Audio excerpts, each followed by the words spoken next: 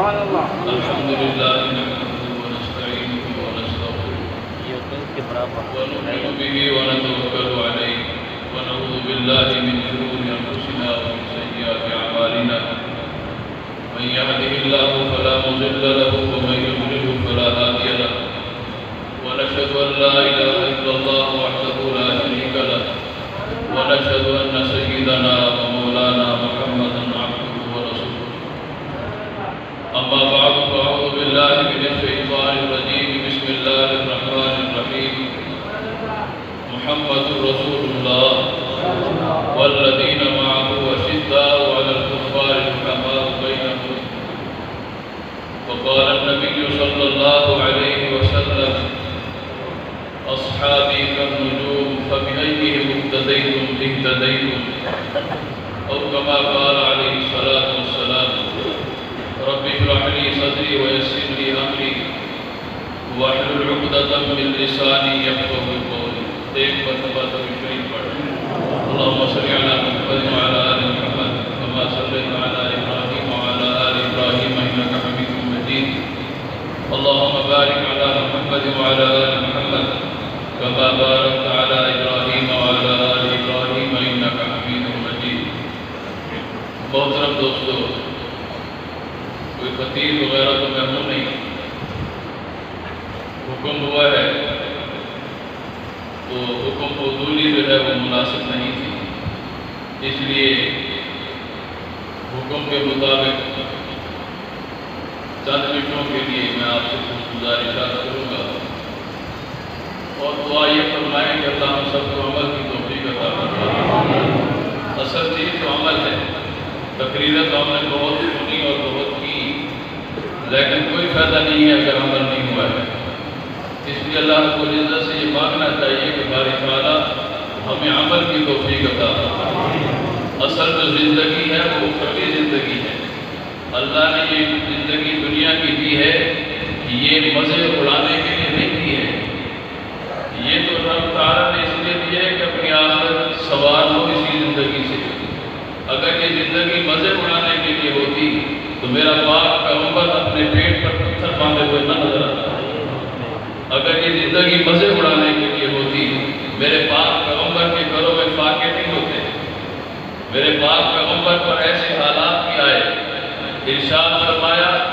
کہ تین دن تک کوئی ایسی چیز نہیں ملتی تھی جس کو کوئی جاندار کھا سکے اور 3 دن چمڑا چبا کر چمڑا بھگو کر اسے چبا کر جو ہے وہ دین کا پیغام آگے پہنچایا گیا ہے ہم نے تو یہ صرف پڑھا ہے ہم پر تو کوئی آزمائش ایسی نہیں آئی ہم نے کبھی فاقے برداشت نہیں کیے دین کے لیے اور جن لوگوں نے دین کے لیے مشقتیں برداشت کی ہیں رب تعالیٰ نے ان کو وہ عروج عطا فرمایا ہے کہ آسمان کے فرشتے بھی رب کی نگاہوں سے ان کو دیکھتے ہیں اس لیے زندگی کے اندر عمل آنا چاہیے اللہ تعالیٰ ہمیں باعمل بنائے میرے عزیز دوستو قرآن مجید کی جو آیت میں نے پڑھی اس میں رب تعالیٰ اپنے محبوب پیغمبر صلی اللہ علیہ وسلم کی جماعت کا تذکرہ فرماتے ہیں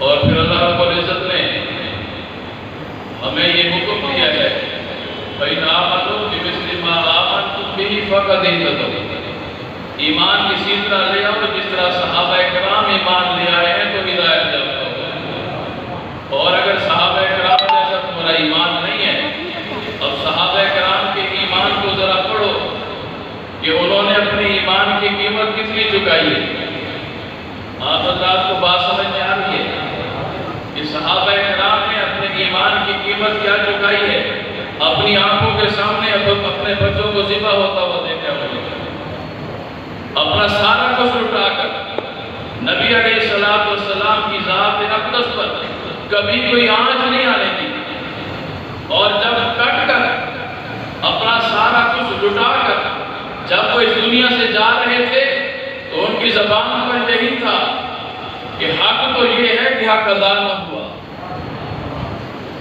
حق تو یہ ہے کہ حق ادا نہ ہوا میں احد کے میدان میں جب دیکھتا ہوں وہاں ایسے کہ جن کو جب پڑھتے ہیں تو رونگٹے کھڑے ہو جاتے ہیں. ہم نے دین کے لیے تو کیا ہی کچھ نہیں ہے. ایک صحابی زخمی حالت میں تڑپ رہے ہیں اور آخری وقت ہے ان کا. پانی پلانے والا جب ان کی طرف بڑھتا ہے اس کو وہ بلاتے ہیں کہ ادھر آ. تو وہ پانی لے کر پہنچتا ہے کہ میں اس کو پانی پلا دوں. وہ کہتے ہیں مجھے پانی کی ضرورت نہیں. تو کہا پھر بلایا کیوں ہے کہ تیری مرہم پٹی کر دوں زخموں پر. کہا نہیں اس کی بھی ضرورت نہیں. پھر چاہتا کیا ہے؟ اس نے کہا آخری سانسیں لے رہا ہوں. دل کی تمنا اور خواہش یہ ہے کہ آخری مرتبہ ایک پھر رسول اللہ کا دیدار کو کر دوں.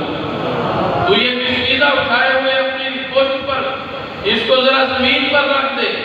مجھے اٹھا کر رسول اللہ کے قدموں میں تو لے جا. میرے دل کی خواہش یہ ہے جب آخری سانسیں لے رہا ہوں تو محمد رسول اللہ کا چہرہ سامنے. اور جب اس کو اٹھا کر نبی علیہ السلام کی خدمت میں لے کر گئے تو اس نے جب دیکھا اللہ کا پاک پیغمبر سامنے بیٹھا ہے کہا اب قدموں پر اٹھا کر نہیں مجھے چھوڑ دے. میں گھسٹ کر رسول اللہ کے قدموں میں پہنچنا چاہتا ہوں. حضور پاؤں مبارک لٹکائے بیٹھے اور جا کر اپنے رخسار رسول اللہ کے پاؤں کے تلوے میں رگڑتا ہے. حضور جھک کر دیکھتے ہیں. کہا سیادت سکن اس حالت میں کہ تیرا ایک ایک عضو زخمی ہے تو اس حالت میں یہاں. کہا حضور دل کی ایک تمنا تھی کہ آخری مرتبہ جب میرا آخری وقت ہو تو میں رسول اللہ کا دیدار کر رہا ہوں. حضور نے اس کا سر اپنی گود میں لیا. کیا خوش نصیب لوگ تھے. کیا ان کے نصیبوں کی کیا بات کروں میں. ان سے بڑا خوش نصیب کون ہو سکتا ہے کہ جن کا آخری دیدار رسول اللہ کا چہرہ ہو اور رسول اللہ کی گود میں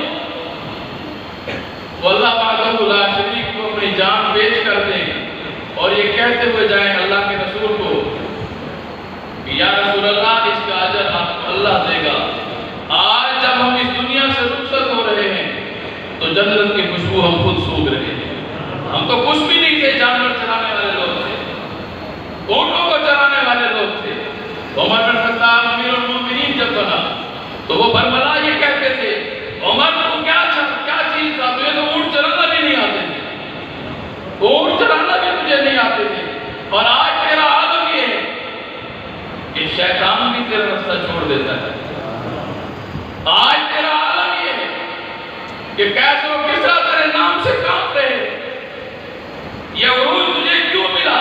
یہ محمد رسول اللہ کے قدموں میں آیا ہے تو تجھے ملایا. تو کچھ بھی نہیں تھا. تو پھر میں جب احد کے میدان میں دیکھتا ہوں تو وہاں سعد بن ربیع بھی نظر آتے ہیں جس کو اللہ کا پاک پیغمبر اپنے ایک ساتھی کو بھیج کر کہ جاؤ سعد کو دیکھو نظر نہیں آ رہا کہاں ہے. وہ تلاش کرتا ہوا جب سعد بن ربیع کو تلاش کر لیتا ہے تو جا کر رسول اللہ کا سلام دیتا ہے اور کہتا ہے سعد حضور تجھے بلا رہے ہیں. شیر کی طرح اٹھ رہا ہے کرنا چاہتا ہے کہ کسی طرح لپٹ کر رسول اللہ کے قدموں میں پہنچ جاؤں. اٹھ نہیں سکا. کوشش کی پھر گرا پھر اٹھا اور کہنے لگا میرے پاک پیغمبر کو میرے سلام دے دینا اور کہنا اللہ کے رسول یہ رب آپ کو اس کی جزا دے گا کہ ہم تو جہنم کے کنارے کھڑے ہوئے لوگ تھے. کوئی تصور بھی نہیں کر سکتا تھا کہ یہ لوگ بھی جنت کے وارث بنیں گے. ان کو بھی رضی اللہ عنہم و رضوانہ کے سرٹیفکیٹ ملیں گے. اور اپنی قوم کو پیغام بھیجا کہ جب میری قوم کو یہ بتا دینا کہ اگر میرے پاک پیغمبر کی ذات پر کوئی آنچ آئی قیامت کے دن میں تجھے معاف نہیں کروں گا. اور پھر سعد بن ربیع کا پیغام جب رسول اللہ تک پہنچا حضور اٹھ کر کھڑے ہوئے کہا سعد نہیں آ سکتا ہم تو سعد تک جا سکتے ہیں. اور پھر وہ سعد بن ربیع کے پاس آئے ہیں. حضور نے اس کا سر اپنی گود مبارک میں رکھا. سعد آخری سانسیں لے رہا ہے اور جب سر رسول اللہ کی گود میں آیا ہے سعد نے آخری بار رسول اللہ کا چہرہ دیکھا اور آنکھیں بند کر لی ہیں. ان لوگوں کے نصیبوں کو کیا کہو گے؟ ان لوگوں نے قربانیاں دی ہیں، اور جو قربانی دیتا ہے رب تعالیٰ اس کی قدردانی فرماتے ہیں۔ ہمیں بھی یہ چاہیے کہ دین کے لیے ہم بھی تھوڑی بہت قربانی دیں۔ میں نے عبداللہ ذو البجالین کو دیکھا ہے حدیث کی کتابوں میں کہ جس کو گھر میں جب پتہ چلا کہ اسلام قبول کر چکا ہے، چاچا نے مارا، کپڑے اتار کر باہر نکال دیا، کہا جس کا کلمہ پڑھتے ہو جاؤ اسی کے پاس جا کے کہو میرے گھر میں رہنے کی اجازت نہیں۔ اور رات کا وقت ہے، عبداللہ ذو البجالین سارا کچھ لٹا کر اپنا ایمان بچاتے ہوئے کہ میں سب کچھ کو قربان کر سکتا ہوں، رسول اللہ کے دامن کو میں نہیں چھوڑ سکتا۔ مدینہ منورہ ہے، مسجد نبوی ہے، اور مدینہ کی گلیوں میں جب رسول اللہ صبح کو نکلے نماز کے لیے دیکھا تو عبداللہ ذو البجالین بیٹھے تھے۔ کہا عبداللہ اس وقت یہاں کیا کر رہے ہو؟ یہ کپڑے کس نے اتارے؟ آقا آپ کی محبت میں سب کچھ قربان کر کے آ گیا ہوں۔ مجھے کہا جس کا کلمہ پڑھتے ہو جاؤ اسی کے پاس جا کر وہ ہمارے گھر میں رہنے کی جگہ نہیں۔ کائنات کے سردار نے اس کو اٹھایا، اپنے سینے سے لگایا، کہا عبداللہ جس کا کوئی نہیں اس کو محمد رسول اللہ ہے، اپنی کمری مبارک اتار کے اس کو دی، اور پھر ہم نے دامن محبت و شفقت میں اس کو جگہ دی ہے۔ چند ہی دن گزرے تھے، ایک غزوے کا موقع آیا اور یہ عبداللہ ذو البجالین اسی سفر میں ساتھ کو لیا، جہاد کے لیے جا رہے ہیں۔ رستے میں عبداللہ ذو البجالین بیمار ہو گئے، اور جب بیمار ہوئے اور اتنے شدید بیمار ہوئے کہ آخری وقت آ گیا، اور عبداللہ ذو البجالین کا کوئی رشتہ دار نہیں، کوئی عزیز نہیں، سب نے اس لیے چھوڑا کہ محمد رسول اللہ کا کلمہ کیوں پڑھا؟ کہا سب کچھ برداشت ہے لیکن اپنے پاک پیغمبر کا دامن چھوڑ دو، یہ برداشت نہیں ہے۔ اب جب بیمار ہوئے، شدید بیمار ہو گئے، اور اسی سفر میں حضرت عبداللہ ذو البجالین کی وفات ہو گئی۔ صحابہ دوڑتے ہوئے آئے، اللہ کے پاک پیغمبر وہ جوان جو اپنا سارا کچھ قربان کر کے آپ کی خدمت میں آیا تھا، اس کی تو وفات ہو گئی ہے۔ اللہ کے پاک پیغمبر نے کہا کہ پھر اس کو غسل بھی میں خود دوں گا، اس کو کفن بھی میں خود پہناؤں گا، اس کا جنازہ بھی میں خود پڑھوں گا۔ سب کچھ کرنے کے بعد جب قبر میں اتارنے کی بات آئی، اور شریعت کا مسئلہ یہ ہے کہ جو قریب ترین بندہ ہو وہ قبر میں اترے، جو میت کا قریبی عزیز ہو وہ قبر میں اترے۔ اللہ کے پاک پیغمبر نے فرمایا جب عبداللہ کا قریب ترین کوئی نہیں، سارے قریب ترین رشتہ داروں کو چھوڑ کر آیا ہے میری خاطر، تو پھر عبداللہ کا قریب ترین عزیز میں خود ہوں۔ اللہ کا پاک پیغمبر قبر میں اتر کر کھڑا ہو گیا، کہا عبداللہ کی میت کو میرے ہاتھوں پہ رکھ دو۔ صحابہ کہتے ہیں جب ہم نے عبداللہ کی میت کو رسول اللہ کے ہاتھوں پر رکھا، اللہ کا پاک پیغمبر عبداللہ کی میت کو اپنے ہاتھوں پر لے کر کہتا ہے الہ العالمین، عرش والے تیرا پیغمبر اس سے راضی ہو چکا ہے، تو بھی اس سے راضی ہو جا۔ عمر بن خطاب کی چیخیں نکل گئی، کہا کاش آج عبداللہ کی میت کی جگہ عمر بن خطاب کی میت ہوتی، اور اللہ کا پاک پیغمبر اپنے ہاتھوں پر لیا کرتا ہوتا اور یوں کہہ رہا ہوتا باری تعالیٰ میں راضی ہو چکا ہوں، تو بھی راضی ہو جا۔ یہ کیوں ملا اس کو یہ مقام؟ اس لیے کہ اس نے محمد رسول اللہ کی خاطر اپنا سارا کچھ قربان کیا ہے۔ دین اسلام کی آبیاری کے لیے آج تو ہم اپنا پسینہ دینے کو بھی تیار ہیں۔ ان لوگوں نے اپنے بچوں کو ذبح کرایا، اور پھر ہم نے تو واقعہ معراج میں یہ بھی پڑھا کہ جس نے اللہ کے لیے قربانی دی ہے، تو حضور علیہ السلام جب معراج میں تشریف لے جا رہے تھے، رستے میں ایک جگہ ایسی بھی آئی جہاں اتنی خوشبوئیں تھی کہ رسول اللہ رک گئے ہیں، اور جبرائیل یہ خوشبوئیں کیسی ہیں؟ آج تک محمد رسول اللہ نے ایسی خوشبو نہیں سنی، یہ کیسی خوشبو ہے؟ کہا یہاں پر اس باندھی کی قبر ہے جس نے اللہ کے لیے اپنے بیٹوں کو بھی آگ میں پھینک دیا تھا، اور جس نے اللہ کے لیے سب کچھ قربان کیا۔ یہ فرعون کی وہ باندھی مشاہدہ ہے کہ جب فرعون کو یہ پتہ چلا کہ میری باندھی نے موسیٰ علیہ السلام کا کلمہ پڑھ لیا ہے، تو اس نے آگ کی تانبے کا تپا ہوا پیتل آگ کے اندر اس کو تپا کر جب بالکل روشن ہو گیا، ایک بچہ اٹھایا اس عورت کا، اٹھا کے پھینک دیا اس کے اندر، دوسرا بچہ اس کی گود میں تھا اور دودھ پیتا بچہ جب اس کو پکڑا اس آگ میں پھینکنے کے لیے تو مشاطہ کی آنکھوں کے سامنے اندھیرا چھا گیا۔ دودھ پیتا بچہ ماں کو بہت پیارا ہوتا ہے، بہت سخت آزمائش تھی، بہت سخت امتحان تھا کہ اس دودھ پیتے بچے کو میں کیسے ان کے حوالے کر دوں، یہ آگ میں ڈالنے جا رہے ہیں۔ اور اس بچے نے جو گود میں سویا ہوا بچہ تھا اس نے کہا ماں پریشان کیوں ہوتی ہے، اس کے بدلے میں جنت مل رہی ہے۔ اور رب تعالیٰ نے پھر دکھایا ہے ہزاروں سال گزر جانے کے باوجود جب اللہ کا پاک پیغمبر وہاں سے گزرتا ہے تو فرمایا اسی عورت کی قبر سے یہ خوشبو آ رہی ہے۔ ہم نے تو کچھ قربانیاں دی ہی نہیں ہے، اور یہ اللہ کا شکر ہے کہ ہم مسلمان کے گھر میں پیدا ہوئے ہیں، ورنہ پتہ نہیں ہمارا کیا حال ہوتا ہے۔ تو میرے عزیز دوستو، صحابہ کرام نے بھی قربانیاں دی اور صحابہ کے بعد تابعین، تبع تابعین، اولیاء اللہ، بزرگان دین، اور یہ سلسلہ چلتا آ رہا ہے۔ جن لوگوں نے صحابہ کرام کے دامن کو تھاما ہے وہ پھر کٹ تو گئے ہیں، جھکے کسی کے آگے نہیں گئے۔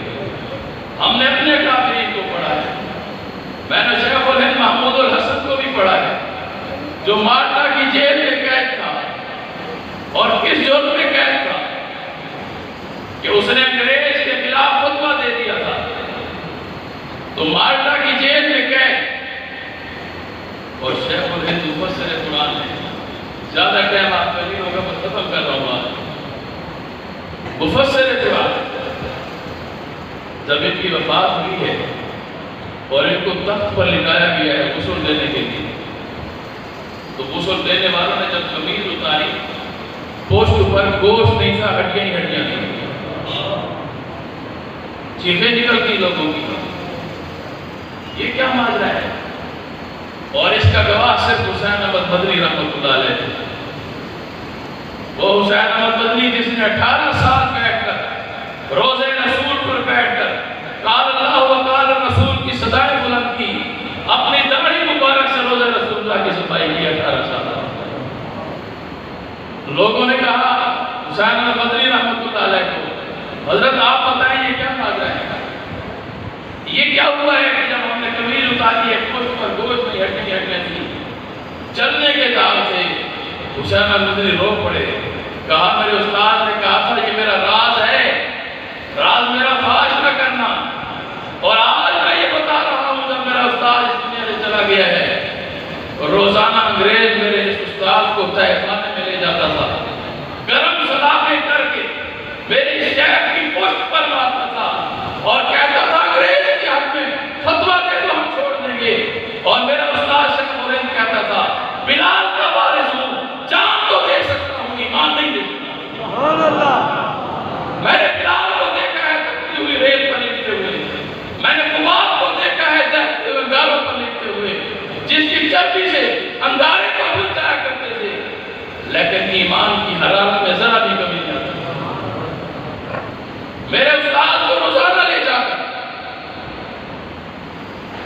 اور پھر میں نے جب اپنے استاد کو دیکھا استقامت کا پہاڑ بنا ہے، اس نے کہا جان تو دے سکتا ہوں، اپنے نانا سے بے وفائی کر لوں، یہ ہو نہیں سکتا۔ میں نے صحابہ کرام کو پڑھا ہے۔ پھر یہی حسین احمد مدنی ہے، آخری بات عرض کر رہا تھا، یہی حسین احمد مدنی ہے۔ لوگ کہتے ہیں دیوبند نے کیا کیا ہے، میں یہی بتانا چاہتا ہوں کہ اگر دیوبند نے قربانیاں نہ دی ہوتی یہ دین ہم تک نہیں پہنچا تھا۔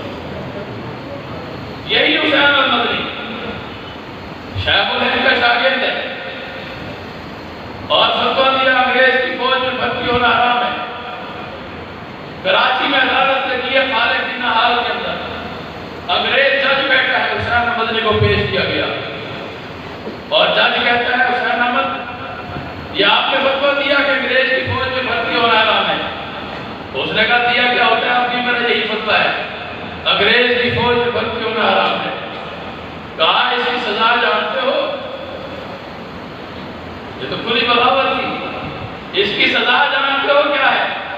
محمد علی جوہر قریب بیٹھے تھے، حسین مدنی کے پاؤں میں پڑ گئے، پاؤں پکڑ لیے۔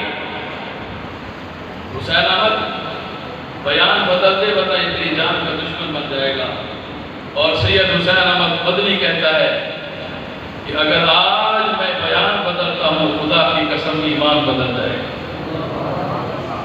یہ ہمارے اکابرین ہیں، ہمیں فخر ہے اپنے اکابرین پر، ہم ان لوگوں کے نام لیوا ہیں۔